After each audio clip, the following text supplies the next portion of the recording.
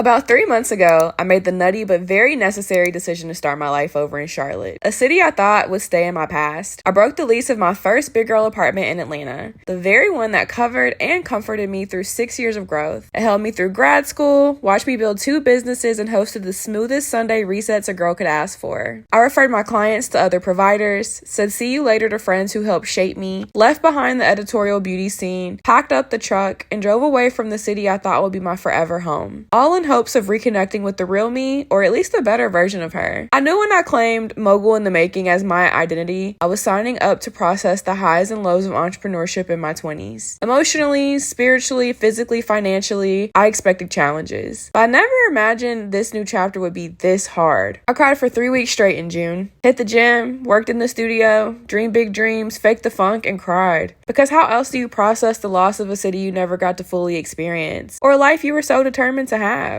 All while trying to rebuild a business in a new city, in the middle of slow season, during a recession, while feeling completely out of sync with your craft. I haven't felt in tune with my artistry in months. This series, and most of my creative content, keeps falling to the wayside, and anything beyond the basics is getting scraps, which is so unlike me. And if I'm being honest, my late 20s feel like a revolving door of existential crises, and I'm not a fan. Last time we talked, I was optimistic. I felt powerful. The alchemist strikes again, dreaming up a new life, manifesting with confidence, pulling visuals out of thin air like any good creative director, specializing in beauty, setting the stage to become the founder I know I'm meant to be. And those things are still true. But grief met me where I stood, and that's the duality I've had to accept. Thankfully, I've found so much comfort in the spaces I've handpicked. Ambitious women, creatives, entrepreneurs, people who won't stop until they get theirs, the committed, the driven, the soft, the loving, the cheerleaders, the hustlers. Summer Bell, founder of Dion Cosmetics, recently said, "If you're not where you want to be in life right now, that just means you have the perfect opportunity to become more proficient, or even a master, at your thing." And that reminded me that the journey to becoming is just as important as the journey of being. So here's where I am now. Taking a course on creative direction, working through the artist way, prioritizing my health, rebuilding my clientele, accepting myself, my path, and everything that comes with it. Truthfully, I don't know how it's all going to unfold. Turning Gigi into a med spa, becoming the creative director and producer I'm called to be, getting Veiled Muse to the lab, then to market, fully embodying the socialite and creator we all know I am, and bringing my vision board to life. But I do know it's already in motion. It's already mine. The great Nipsey Hussle said, "Never let a hard time humble us." So to that I say, the only way out of this season is through. So I might as well double up